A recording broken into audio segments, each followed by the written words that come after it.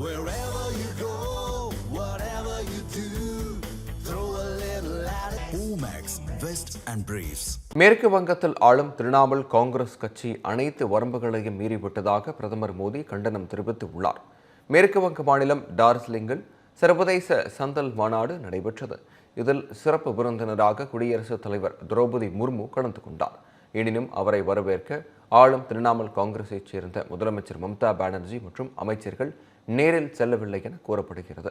அதேபோன்று பிதார் நகர் பகுதியில் நடைபெற இருந்த மாநாடு குசாய்பூர் பகுதிக்கு மாற்றப்பட்டது.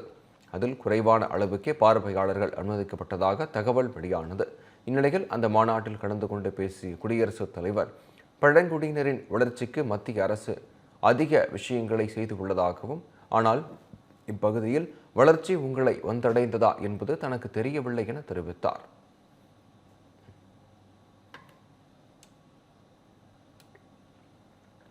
இதனை குறிப்பிட்டு பிரதமர் மோடி வெளியிட்டுள்ள எக்ஸ் தள பதிவில் இது வெட்கக்கேடானது மற்றும் முன்னெப்போதும் இல்லாதது என தெரிவித்துள்ளார்.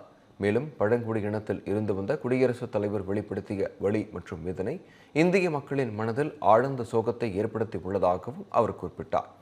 மேற்கு வங்கத்தில் ஆளும் திரிணாமுல் காங்கிரஸ் கட்சி அனைத்து வரம்புகளையும் மீறிவிட்டதாகவும், குடியரசுத் தலைவர் அலுவலகம் அரசியலுக்கு அப்பாற்பட்டது என்றும் அதன் புனித தன்மை எப்போதும் மதிக்கப்பட வேண்டும் என்றும் வலியுறுத்தினார்.